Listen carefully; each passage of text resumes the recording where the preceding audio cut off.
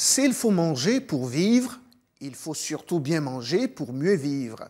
Une alimentation saine est cruciale pour la santé de ce qu'elle apporte l'énergie nécessaire et renforce le corps et le système immunitaire tout en aidant à prévenir des maladies chroniques comme l'obésité, le diabète et les maladies cardiovasculaires. J'y arrive. La qualité d'une alimentation passe aussi par la préparation et le conditionnement des repas. Madame, Monsieur, bienvenue dans votre débat du 12-15 qui nous permet aujourd'hui d'analyser la question des conditions de préparation et de conservation de nos aliments. Avec moi sur ce plateau, le docteur William Loudi Moukede. Il est vétérinaire, hygiéniste et surtout expert en sécurité des denrées alimentaires. Et avec lui, Ibrahim Tchendje Mboulou, président de l'Organisation gabonaise des consommateurs OGC et du réseau pour la protection des consommateurs du Gabon. Bienvenue à vous, messieurs, sur le plateau de Gabon 24. Merci. Alors, surtout à vous, cher Ibrahim, j'ai dit que vous êtes président de 2 organisations, mais vous pouvez quand même compléter ce tableau. Il y a une autre fonction je voudrais que vous précisiez avant de commencer cette émission. Tout à fait, c'est juste. Je suis effectivement Ibrahim Tchendje Mboulou, président de l'Organisation gabonaise des consommateurs et du réseau pour la protection des consommateurs du Gabon. Il n'y a pas autre chose à ajouter? Vous n'avez pas une autre expertise à côté? Je suis préventeur de risques de métier. Ah, voilà. Préventeur de risques, oui, tout à fait. Vous avez raison. OK. Et c'est à ce titre que je viens ici, d'ailleurs. OK. Donc, merci déjà d'avoir accepté l'invitation de Gabon 24. Lorsque nous avons le président d'une organisation de consommateurs, on a bien envie de savoir davantage sur les habitudes alimentaires des Gabonais lorsqu'on regarde ce qu'ils s'achètent sur le marché. Ibrahim. Tout à fait. Vous savez, les habitudes alimentaires de nos compatriotes ont tellement évolué qu'aujourd'hui, il est difficile de savoir qu'est-ce que le Gabonais consomme réellement. Et plusieurs facteurs concourent pour expliquer cela. Nous avons la situation de la vie chère, vous le savez. Et ce qui fait que le Gabonais aujourd'hui s'alimente juste avec ce qu'il a. Et par le passé, on ne connaissait pas dans nos menus le riz, par exemple. Mais le riz est venu envahir, comme l'eau de la mer, on va dire tous les ménages. Aujourd'hui, vous ne pouvez pas trouver un ménage gabonais sans riz. Or, le riz, c'est un céréale. Et un céréale, à l'intérieur, il y a également du sucre. Voilà, nous y viendrons. Nous avons un expert ici qui pourra nous édifier sur cette question. Et donc, hier, le Gabonais avait une alimentation responsable, une alimentation complète. Donc, aujourd'hui, il est vraiment difficile de savoir si le menu qui est proposé dans chaque ménage constitue une alimentation complète qui peut concourir pour, n'est-ce pas, son bien-être général. Et vous l'avez déjà annoncé, pour éviter les maladies.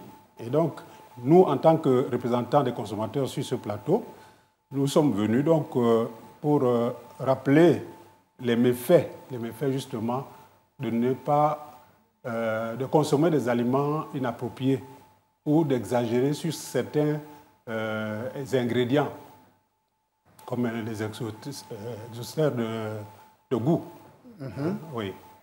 Alors, nous y reviendrons certainement lorsque nous irons dans plus de détails au cours de cette émission. Nous avons l'occasion d'avoir le docteur William Loudi pour la 2e fois parce que vous êtes d'abord intervenu lors de la matinale. Alors, on parle de la sécurité sanitaire des aliments, d'abord de par la façon dont ces aliments sont préparés, mais aussi et surtout par la façon ces aliments sont conservés?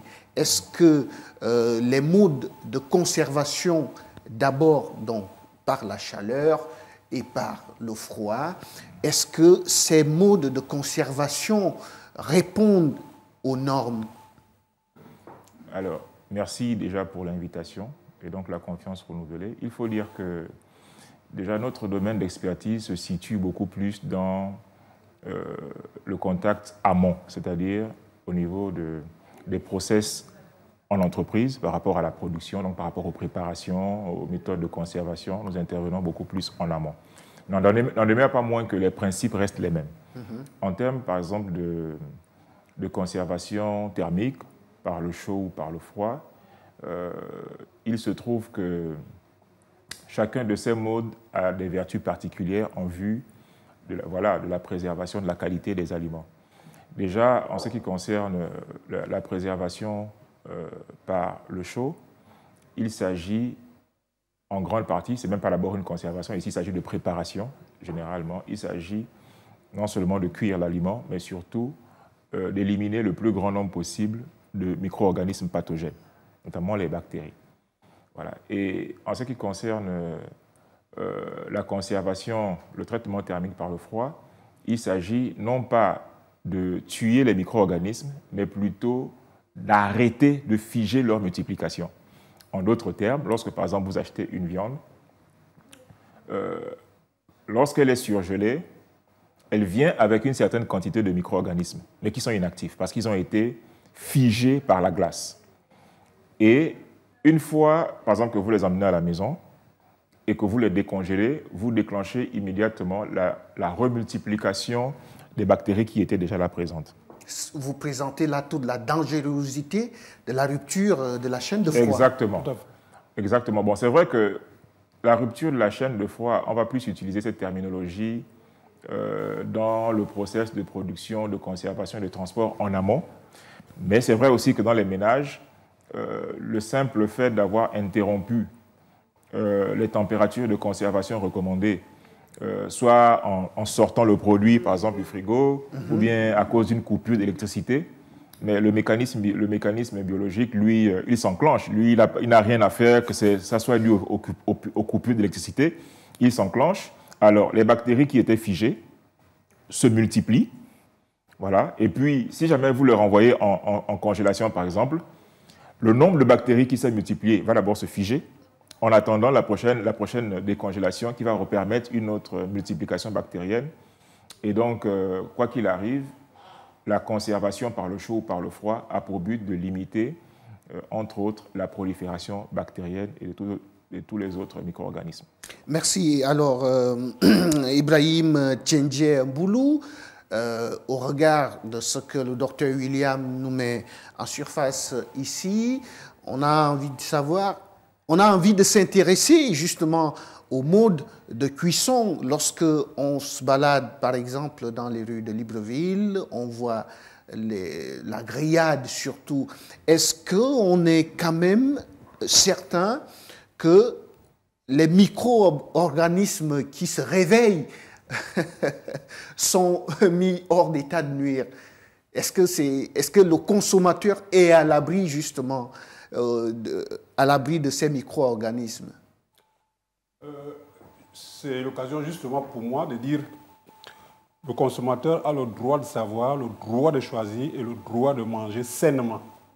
Alors, être à l'abri des micro-organismes. Les micro-organismes ne sont pas visibles à l'œil nu. Les micro-organismes tels que le praticien vous l'a expliqué, docteur Louis, là, le pied. Lodi. Tant pour moi. Docteur Lodi vous l'a bien expliqué. Ce qu'il faut dire aux ménages, c'est que les ménages doivent connaître d'abord les températures de conservation des aliments, des denrées. Et ensuite, connaître et savoir également qu'il y a un danger à prendre des denrées, les laisser d'abord au chaud, les ramener au réfrigérateur, au congélateur, les recongeler. Les soumettre à une variation de température. En ce moment, ça détruit complètement votre denrée, c'est-à-dire votre viande ou votre poisson. Et avec tout ce que ça comporte.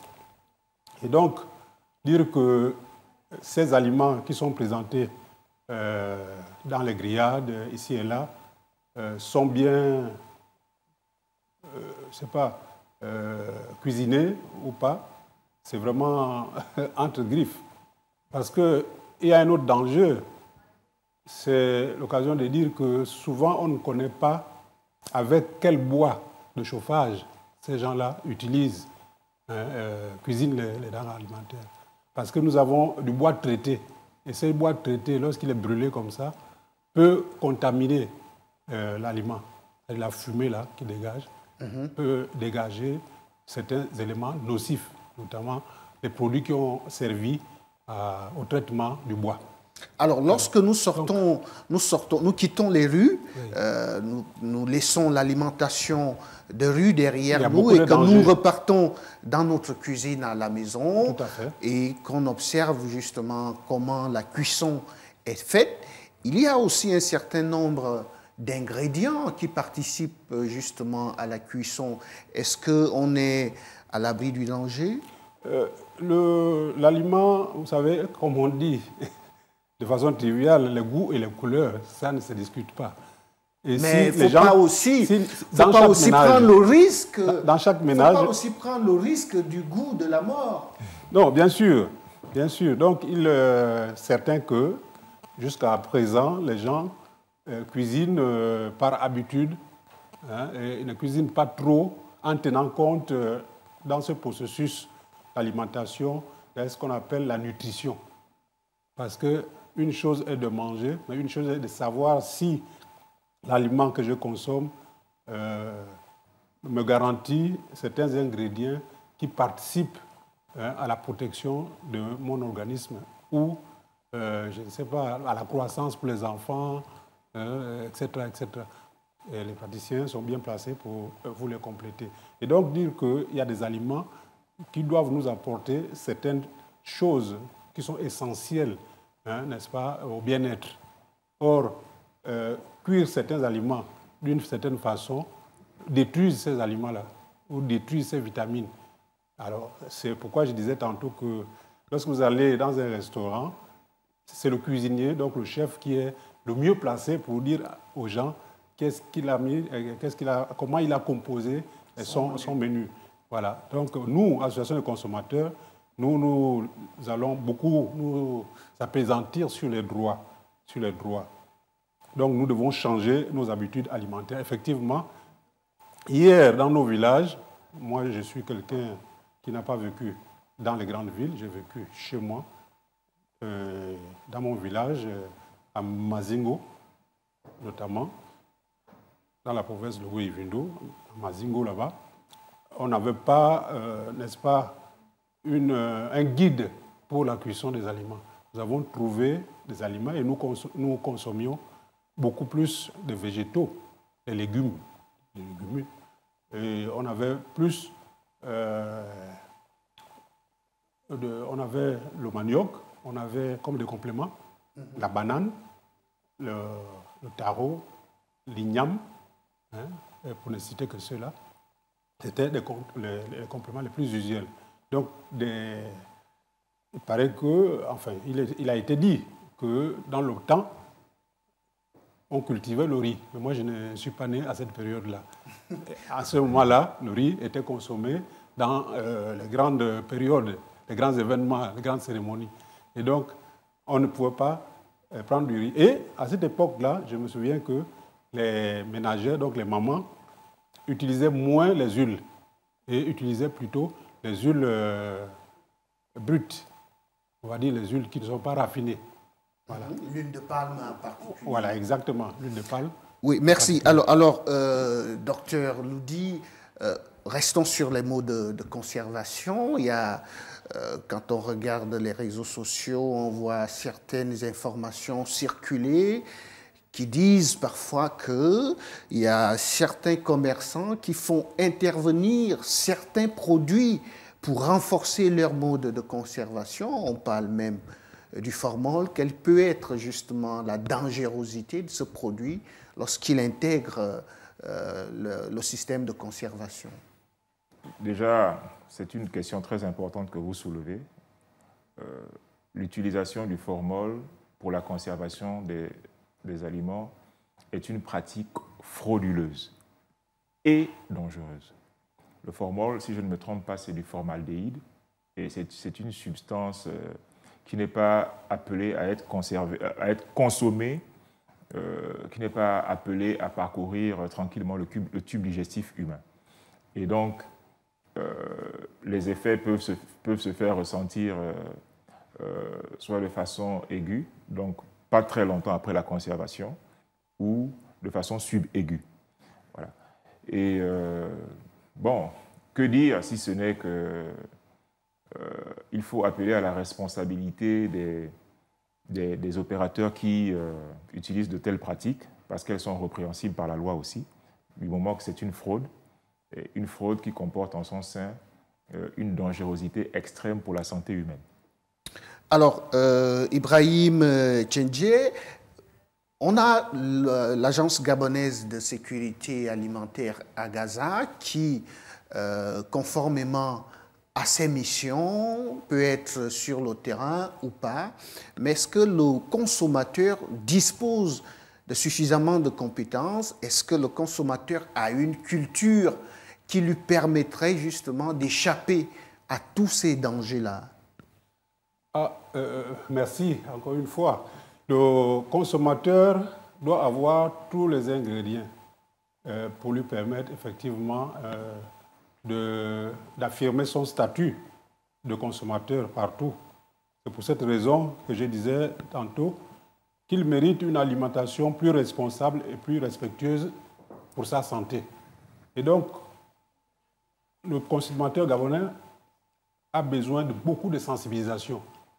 Et les médias et les administrations compétentes, notamment la Gaza, la Direction générale de la concurrence et de la consommation, et la répression des fraudes, le ministère de l'Agriculture, de la Santé, etc., tous ces ministères-là doivent organiser des émissions.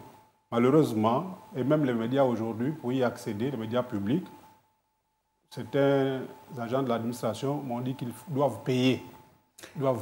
Et pourtant, vous, voilà, vous n'avez pas payé pour être ici, encore moins le docteur Loudi. Oui, nous disons merci pour Gabon 24 de nous offrir cette opportunité. C'est un devoir, surtout. Voilà, de sensibiliser, effectivement. C'est un devoir pour Gabon 24 de donner la parole aux experts que vous êtes pour édifier davantage la population. Ouais, justement, pour une alimentation équilibrée. Vous savez, une alimentation équilibrée, c'est comme un orchestre. Donc, chaque groupe d'aliments va jouer sa partition pour maintenir notre santé. Et puis, voilà. Aucun groupe ne doit être exclu. Or, il se trouve que par le passé, ou là où il n'y a pas de sensibilisation faite par des experts, on n'arrive pas. Il y a des personnes qui, à cause de questions économiques, vont, on va dire, comme de façon triviale, encore une fois, du 1er au 31, du 1er janvier au 31 décembre, consommer un seul aliment. Voyez-vous? Et ça, c'est dangereux. Il y en a qui se nourrissent essentiellement du pain. Et ça, c'est très dangereux pour la santé. Donc, il faut équilibrer une alimentation équilibrée. Une alimentation équilibrée sans exclure un seul groupe. Et les groupes sont connus. On a le médecin, pas le médecin, le docteur va nous dire exactement de quoi il s'agit. Donc, si j'ai bonne mémoire, on parle de protéines, on parle de vitamines, on parle de lipides, on parle de glucides pour l'alimentation. Or, tout ça, c'est des mots savants pour dire qu'on a besoin de bananes, on a besoin du manioc, on a besoin de l'huile, de la bonne huile, pas une huile qui a été utilisée à plusieurs reprises. Voyez-vous, ça dégage certains métabolismes qui constituent des cancers. Voyez-vous. Oui, le temps pour nous de passer. Nous allons revenir. On est pratiquement à la fin de cette émission. Mais ça va très vite. Oui, docteur, vous vouliez intervenir? Juste dire en quelques secondes que par rapport aux informations sur la qualité ou les caractéristiques même du produit alimentaire qui est mis à la disposition des consommateurs, les textes réglementaires, notamment par exemple le texte du Codex Alimentarius, le Codex Alimentarius, c'est, on va dire, la loi générale de l'agroalimentaire qui s'applique à tous les pays du monde, stipule que la responsabilité de la communication et de la sensibilisation sur le produit revient à l'opérateur.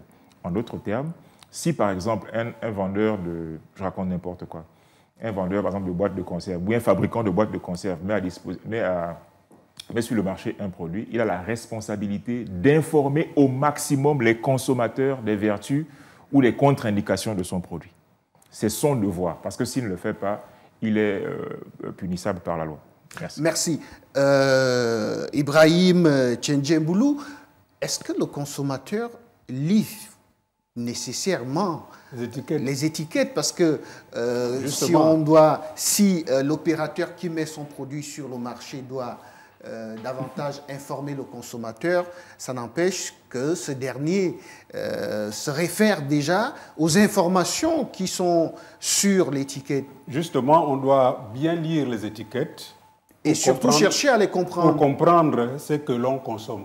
Parce que si vous ne lisez pas l'étiquette, vous pouvez consommer un aliment contre-indiqué. Si vous êtes par exemple diabétique, vous allez tomber dans ce qui vous est prescrit. Et donc, il faut éviter justement de ne pas lire les étiquettes. Il faut lire les étiquettes. C'est une obligation pour le consommateur. Et on va dire également qu'on a besoin de la transparence. La transparence qui doit être faite par le fournisseur. Donc, celui qui vous vend la denrée doit vous expliquer les ingrédients, les méthodes de cuisson et même les origines du produit. C'est ce qui ne se fait pas. Et donc, tout ça, c'est très important. J'ai déjà parlé ici, n'est-ce pas, qu'il faut revenir aux sources, donc privilégier les aliments locaux. Nous avons de bons aliments. Et les gens pensent que ce sont les aliments importés qui sont bien pour la santé. Or, nous avons de bons aliments chez nous. Il faut les mettre en évidence et les vendre. Or, souvent, les importateurs mettent nos produits locaux là derrière et les produits ultra transformés là devant. Or, ce n'est pas ça. Et je ne pouvais pas partir de cette émission sans parler d'une question qui est dans l'actualité, parce que ça concerne également l'alimentation. Il s'agit des emballages. Les emballages, nous avons beaucoup parlé des sachets. C'est une question qui est déjà lancée par l'administration, notamment la Direction générale de l'environnement. Alors, il se pose qu'il faudrait aller doucement sur cette question d'emballage. Aujourd'hui, on ne sait pas comment transporter et le riz et du savon dans le même panier. Parce que bientôt, les emballages seront complètement, disons, en sachet plastique, seront complètement interdits. Je crois que ceux qui nous regardent vous comprennent, même si on va devoir multiplier les emballages, parce que lorsque les sachets les sachets en plastique à usage unique étaient encore autorisés, on ne mettait non plus du riz et du savon dans un même sachet. Alors, docteur William, pour clore cette émission avec vous, M. Ibrahim fait le plaidoyer justement pour le retour de l'alimentation en se basant sur les produits locaux, mais est-ce que parce qu'on consomme des produits locaux, que leur mode de conservation, que la conservation, l'aspect ou l'accent sur la conservation devrait être négligé? Pour finir. Non, pas du tout. Déjà, pour aller dans ce sens, il faut dire que, attention, le retour à la consommation des denrées locales n'en garantit même pas la qualité. Je prends un exemple très simple pour aller rapidement. Vous savez qu'aujourd'hui, les agriculteurs utilisent beaucoup d'engrais et de pesticides. Ça veut donc dire qu'on peut produire localement, mais produire localement des produits dangereux pour les consommateurs. Maintenant, revenons à la question de la conservation. Je prends un exemple. Si un chasseur vous vend sa viande de brousse, eh bien, il faut la conserver. Il faut la conserver en la mettant, par exemple, dans un congélateur afin d'arrêter les multiplications bactériennes, tout ça, tout ça. Donc, en fait, en réalité, en fonction de la denrée, la conservation, le mot de conservation ne change pas du fait qu'on soit dans les aliments importés ou locaux. Il faut conserver les aliments tels qu'ils se doivent et aux bonnes températures. Merci à vous, Dr William Loudi Moukedi. Vous êtes vétérinaire, hygiéniste et surtout expert en sécurité des denrées alimentaires. Merci d'être venu sur le plateau de Gabon 24. C'est nous qui vous remercions. Merci à vous aussi, Ibrahim Tchendje Mboulou. Vous êtes président de l'Organisation gabonaise des consommateurs, OGCE, par ailleurs président du réseau pour la protection des consommateurs du Gabon. Merci également à vous d'être venu sur le plateau de Gabon 24. Merci. À vous aussi, madame, monsieur, vous nous avez suivis toute cette semaine. Nous serons sur des thématiques qui nous permettront de mieux comprendre ce que nous mangeons au Gabon et comment nous devons chercher des meilleures ou de bonnes habitudes en ce qui concerne la production, la préparation et même la conservation. Donc, plusieurs autres experts pour dire qu'on aura d'autres profils pour intervenir sur ces thématiques, mais en attendant, les programmes restent en continu ici sur Gabon 24. Merci.